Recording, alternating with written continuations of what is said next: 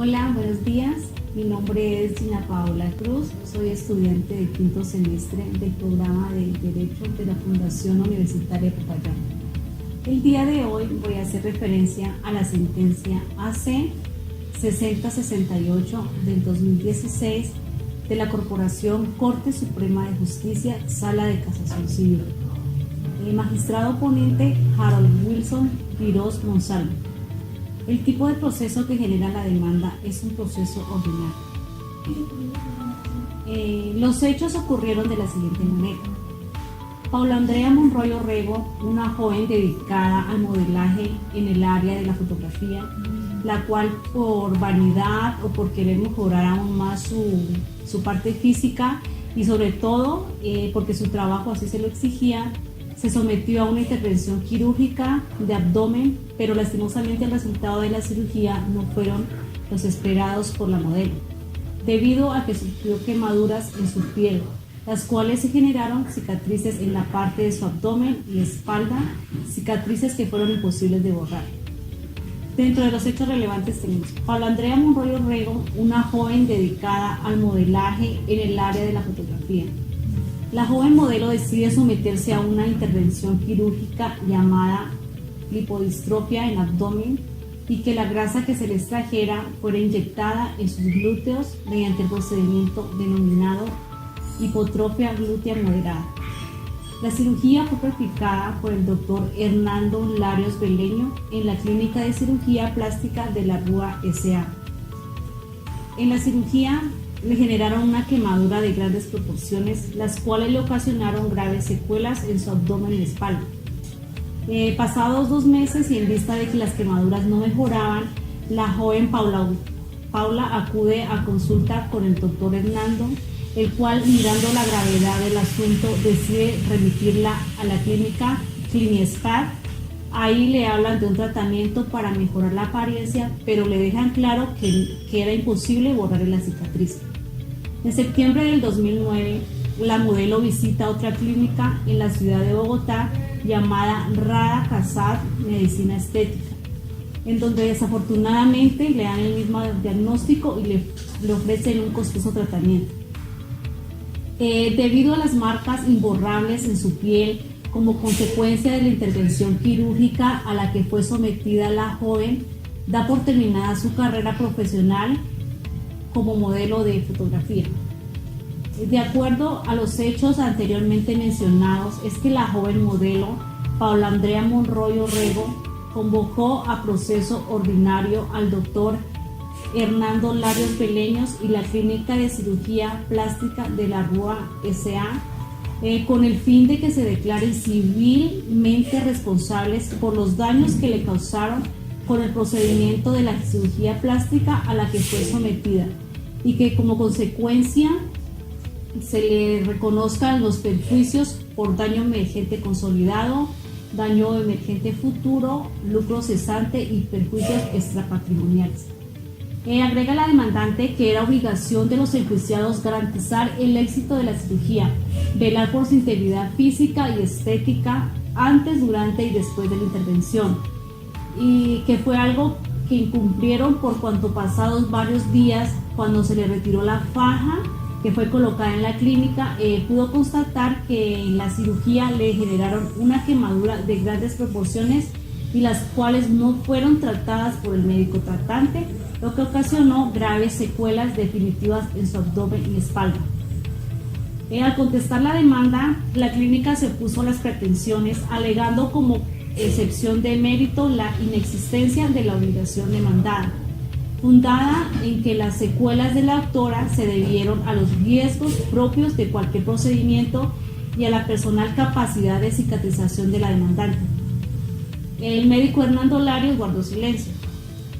La primera instancia culminó con sentencia, en la que el juez de conocimiento declaró a los accionados civil y solidariamente responsables de los daños causados por las quemaduras de grandes proporciones ocasionadas en abdomen y espalda a la autora en el procedimiento de la cirugía plástica realizada. He apelado el fallo por la accionante y el establecimiento de cirugía plástica. El juez revocó en su lugar desestimó las pretensiones de la demanda. La sentencia del tribunal, la corporación afirma que huérfana de pruebas quedó la acreditación exclusiva del nexo causal entre la quemadura formada con ocasión de la prenotada cirugía y la atrofia cicatrizal queloide de la que emana el perjuicio reclamado.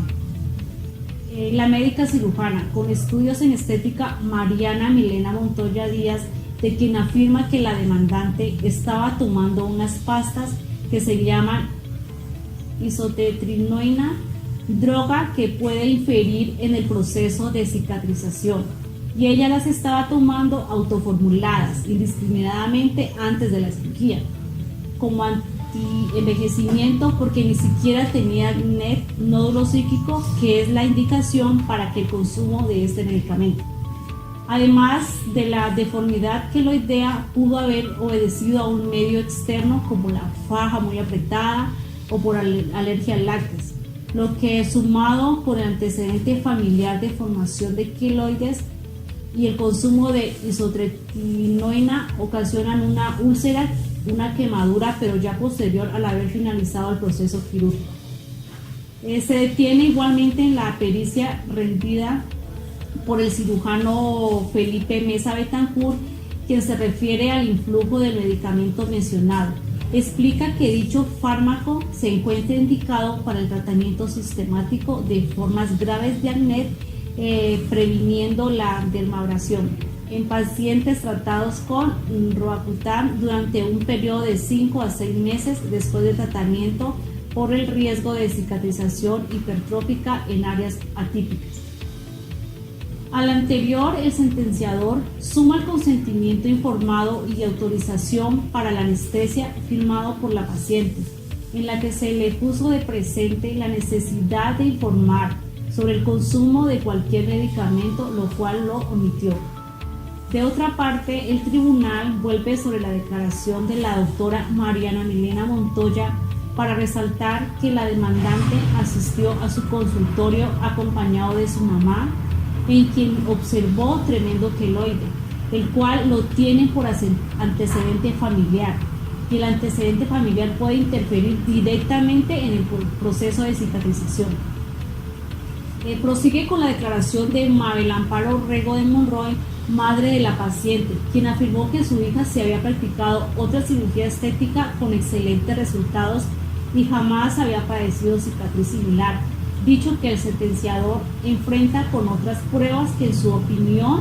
muestran lo contrario, como el trabajo pericial realizado por el cirujano plástico Felipe Mesa Betancourt,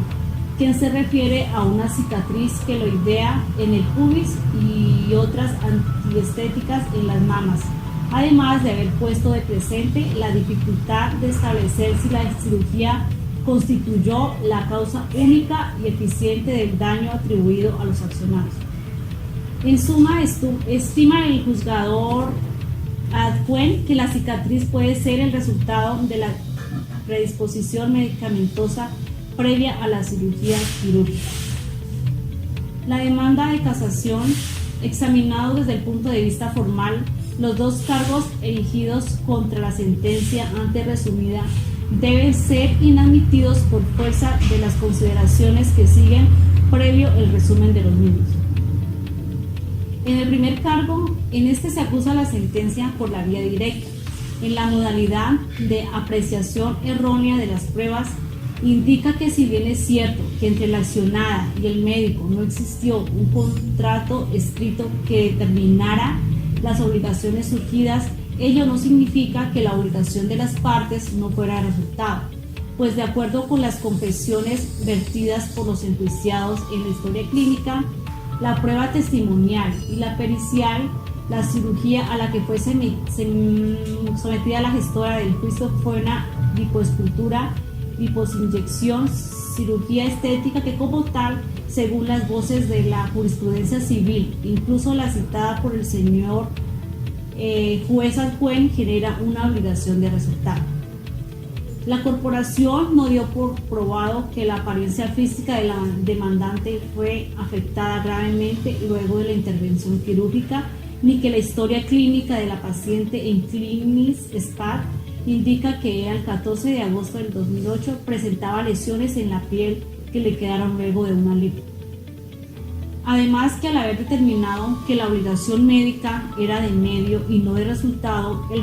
juez invirtió la carga de la prueba regulada en el artículo 177 del Código de Procedimiento Civil, exigiéndole a la demandante que acreditara no solo la culpa del médico, sino que las otras eventuales causas no fueron las que le originaron el daño, cuando la acreditación de estas excepciones correspondía a la entidad demandada. Pero al haber invertido la carga de la prueba, el tribunal incurrió en error, de hecho, más aún cuando la prueba pericial señala que la cirugía es la causa de las quemaduras.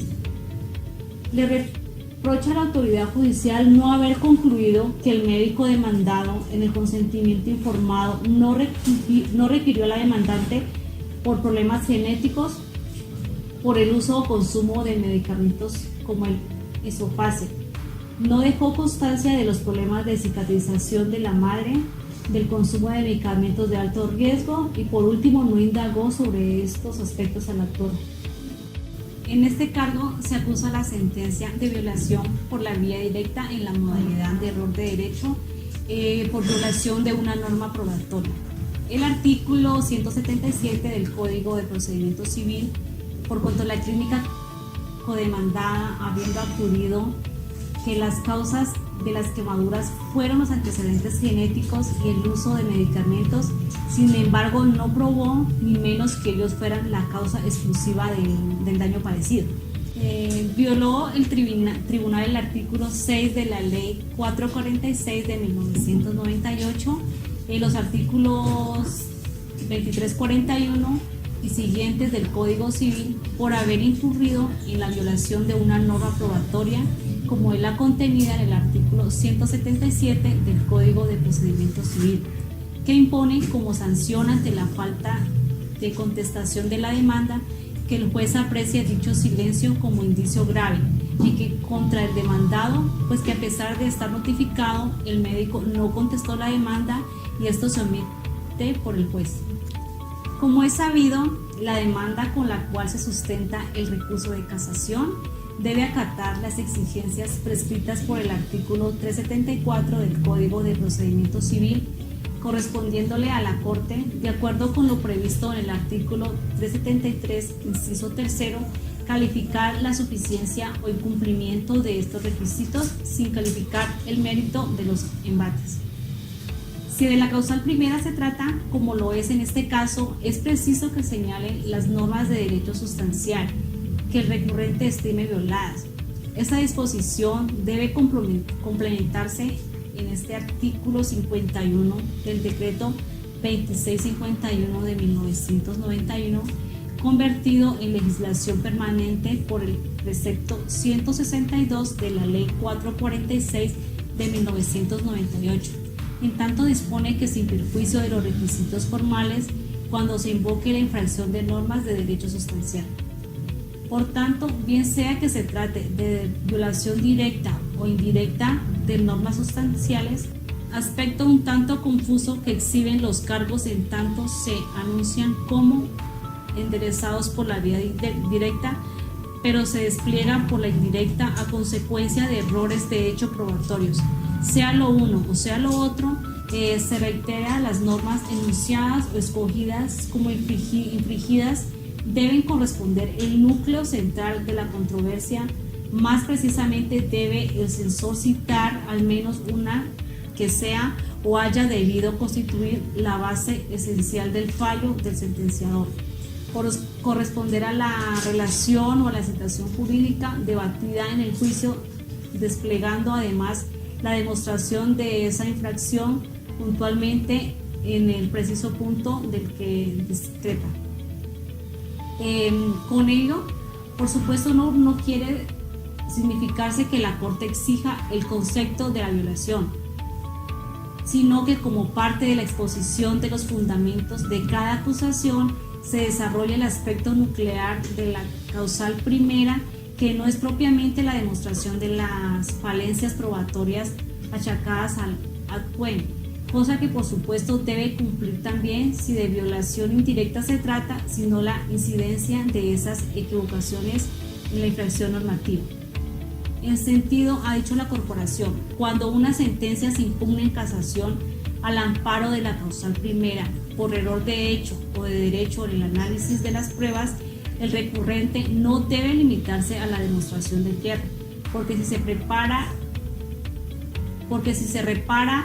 en que la causal oportuna, no tanto a la constatación de los hechos a partir de las pruebas blanco de los errores de que se acusa el fallador, sino así este infringió la norma sustancial base esencial del fallo o que debía hacerlo. Este segundo segmento es determinante para la labor de tutela del derecho objetivo y unificación de la jurisprudencia que el recurso extraordinario le asigna a la Corte Suprema de Justicia. Pues bien, ambos cargos expresan que la autoridad judicial infringió los artículos 2341 y siguientes del Código Civil y el numeral sexto de la Ley 446 de 1998, así como el precepto 177 del Código de Procedimiento Civil. El segundo, además, señala que violó el 95 de este estatuto. En relación con el artículo 2341 del Código Civil, es preciso memorar que el asunto litigioso tuvo inicio y en ello no hay discusión con la existencia de un vínculo jurídico concreto y previo al daño reclamado que originó a su vez el pago que la demandante hizo a la clínica por la suma de 4 millones que incluía honorarios médicos, anestesiólogo y gastos de la clínica. Lo anterior se pone de presente porque la norma indica si bien sustancial en verdad no está llamada a gobernar el caso, en ella no se basó el sentenciador colegiado, por cuanto es evidente que lo primero que éste se propuso examinar era el alcance de las obligaciones del médico, esto es, la naturaleza y contenida de la relación sustancial que lo vincule con el paciente. En relación con las normas siguientes, al precepto mencionado debe tan solo manifestar que el recurrente no las señala, es decir, no las nombra o determina. En lo que hace el artículo 177 del Código de Procedimiento Civil, resulta claro que el casacionista lo invoca para hacer ver que la autoridad judicial invirtió la carga de la prueba, lo que denota entonces la acusación al sentenciador de ser reo de yerro de derecho por violación de esa norma que es probatoria y no sustancial. Pero esta invocación, de otra parte, torna confuso el primer cargo porque tras haber anunciado que la vía de violación de normas sustanciales escogida era la directa, lo desarrolla es la vía indirecta al acusador del tribunal de error de hecho por omisión de prueba, invocando para sustentarlo la inversión de la carga de la prueba por infracción del precepto procesal 177, lo que denota una confusión con el error de derecho. En relación con la violación del artículo 95 del Código, enunciando en el cargo segundo, debe tan solo indicarse que además de ser utilizado como la norma probatoria, medio que sirvió para la violación de normas sustanciales, en sí mismo no es sustancial en tanto que gobierna una modalidad de indicio derivado de la conducta procesal que el juez ha de inferir de acuerdo con sus supuestos aludidos. Las anteriores consideraciones son suficientes para concluir en la inadmisión de los cargos estudiados. Sin embargo, no está de más advertir que el recurrente en el cargo primero anuncia conclusiones del sentenciador de segunda instancia, que estima equivocadas, al no dar por demostrado algunos acertos que el sentir del recurrente sí lo están, o al revés, si la determinación de lo que la prueba dice de lo que el sentenciador dedujo o dejó de deducir de ello, efectos de comprobar el error para proseguir en la demostración de la trascendencia del yerro, esto es, en la incidencia del mismo en la aplicación de las normas, cosa que tampoco hizo. En cuanto a la decisión, en mérito de lo expuesto, la Corte Suprema de Justicia en Sala de Casación Civil resuelve: primero, inadmitir la demanda presentada para sustentar el recurso de casación interpuesto contra la sentencia del 23 de octubre del 2013, proferida por la Sala Civil del Tribunal Superior del Distrito Judicial de Medellín dentro del asunto referencial. En segundo, declarar desierto el recurso de casación de conformidad con el inciso cuarto del artículo 373 del Código de Procedimiento Civil. De acuerdo a esta sentencia, he planteado el siguiente problema jurídico. Es obligación de los profesionales en la medicina, como lo es los cirujanos plásticos, los responsables de garantizar el resultado satisfactorio para sus pacientes, velar por su integridad física y estética antes, durante y después de la intervención quirúrgica. Sí, según lo establecido por las Santas Cortes y el Tribunal Nacional de Ética Médica, han establecido que la obligación del cirujano plástico no se limita solo a la ejecución del acto médico operatorio, sino que su obligación se extiende al periodo postoperatorio mediante un adecuado seguimiento del paciente, por cuanto en esta etapa se pueden presentar complicaciones que son frecuentes en este tipo de procedimientos. Además de esto, he planteado 3 preguntas. La primera es: ¿la obligación de un médico cirujano plástico es de medio o de resultado? Las obligaciones de los cirujanos plásticos serían de resultado, debido a que aquí no se busca restablecer la salud del paciente, sino aportar una mejor estética. La segunda pregunta tenemos: ¿existe un nexo causal entre la intervención quirúrgica realizada por el especialista de la medicina y el resultado obtenido por la paciente? Es decir, ¿es responsabilidad atribuida al médico o este resultado se debe a su condición hereditaria cuyo padecimiento es queloide? Sí, ya que en lo establecido en primera instancia, el juez de conocimiento declaró a las accionantes civil y solidariamente responsables de los daños causados por la quemadura de grandes proporciones ocasionadas en abdomen y espalda a la joven modelo debido al procedimiento de cirugía plástica a la que fue sometida. Tercera pregunta: ¿las personas que sufren este tipo de enfermedad o que padecen de los síntomas propios de queloide no pueden someterse a algún tipo de intervención quirúrgica por culpa de este padecimiento en base a la defensa que propone el médico? Los queloides son lesiones de la piel formados por crecimientos exagerados del tejido cicatrizal. El queloide es difícil de prevenir, puesto que hay factores anatómicos, genéticos y raciales implicados en su aparición. Por lo tanto, no depende de la técnica quirúrgica ni de los cuidados postoperatorios. Espero les haya sido de su agrado mi análisis. Muchísimas gracias.